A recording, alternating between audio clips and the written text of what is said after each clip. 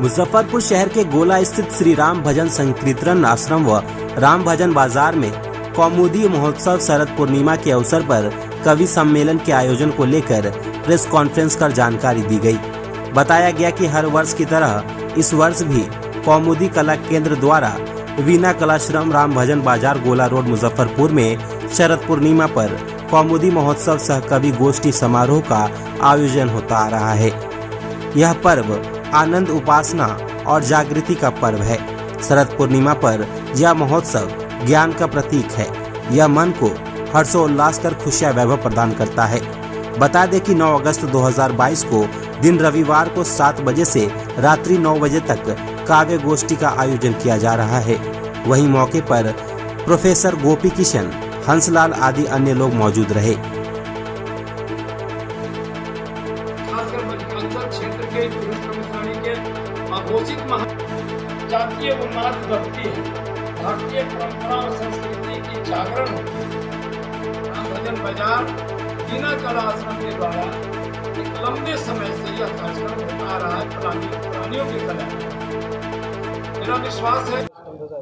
आज कौमुदी महोत्सव के उपलक्ष्य पर प्रेस वार्ता हेतु आप सबको सादर आमंत्रित किया गया है।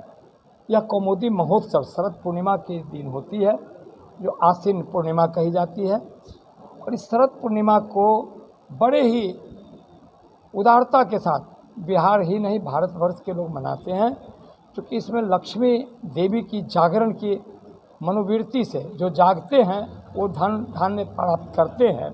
इसलिए इसे कोजागरा व्रत भी कहा गया है। और कोजागरा व्रत के साथ साथ इसे भगवान श्री कृष्ण ने पृथ्वी पर मानव से मिलने के लिए रास रचाया था, तो ये रास लीला का भी महापर्व माना गया है। और इस पर्व से मानव में भारतीय संस्कृति की परंपरागत वो जो सभ्यता है, मानवीयता है, वो उजागर होती है। और इस तरह ही नहीं, इससे लोग वैभवशाली होते हैं, आनंद मग्न होते हैं और उत्तरोत्तर इनके जीवन में समृद्धि और विकास होती है। तो ये महापर्व अनजाने में लोग समझे न समझे, कोजागरा का व्रत, शरद पूर्णिमा का यह पर्व, शरद पूर्णिमा का यह महोत्सव मानव के कल्याण के लिए है, भारत की समृद्धि के लिए है। सांप्रदायिक एकता, सौहार्दपूर्ण वातावरण इस पर्व से होता है। इसमें खीर की भोग लगती है। लोग काव्य गोष्ठी में काव्य धारा की प्रवाह करते हैं और बड़े ही आनंद मग्न होकर के हर्षोल्लास के साथ एक दूसरे से मिलते जुलते जीवन का आनंदमय जीवन बिताते हैं। इसलिए इस पर्व को लोगों में जन जन तक इसका संदेश जाए। आप लोगों के माध्यम से आज के प्रेस वार्ता में मैं आप लोगों से अनुरोध करूंगा कि यह जो पर्व है ये राष्ट्रीय पर्व के रूप में है। पर्व दिन में होता है या रात? ये रात में होती है। संध्या 7 बजे से 9 बजे तक काव्य गोष्ठी होगी। खीर का प्रसाद बनता है, ओस में रखा जाता है, चांदनी के खुले चांदनी के नीचे। और वह प्रसाद अमृत तुल्य होता है।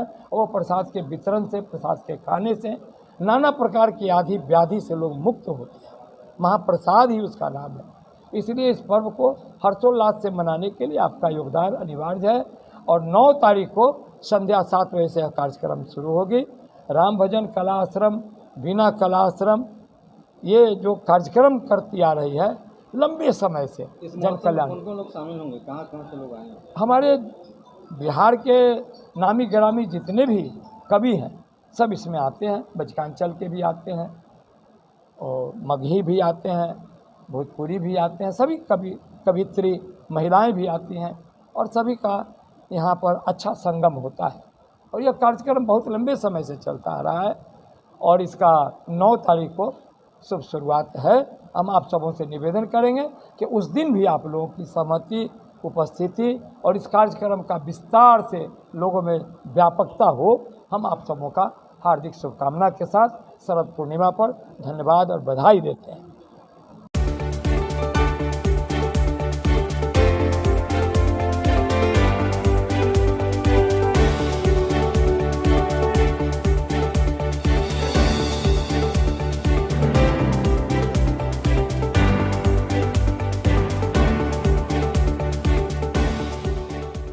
बाईस कैरेट हॉलमार्क ज्वेलरी खरीदे सबसे शुद्ध और सबसे किफायती दाम पे हम हैं हरिप्रिया ज्वेलर्स, पुरानी बाजार, नियर SBI ATM, मुजफ्फरपुर। एक मौका हमें भी दें। ये एशियन पेंट्स का GX19 इन्हें वाह कॉन्ट्रैक्टर बनाता है। कुछ भी इससे बच ना पाए, कोना कोना ये सजाए। वाह कॉन्ट्रैक्टर, वाह कॉन्ट्रैक्टर। टाइम भी देखो कम लगाए, घर की शान बढ़ती जाए। वाह कॉन्ट्रैक्टर, वाह कॉन्ट्रैक्टर। बस फिनिश नहीं, मशीन फिनिश कहिए जनाब। क्या बात है कॉन्ट्रैक्टर साहब? कॉन्ट्रैक्टर नहीं, वाह कॉन्ट्रैक्टर, वाह कॉन्ट्रैक्टर। एशियन पेंट्स का GX19 अब हर कॉन्ट्रैक्टर होगा वाह कॉन्ट्रैक्टर, वाह कॉन्ट्रैक्टर।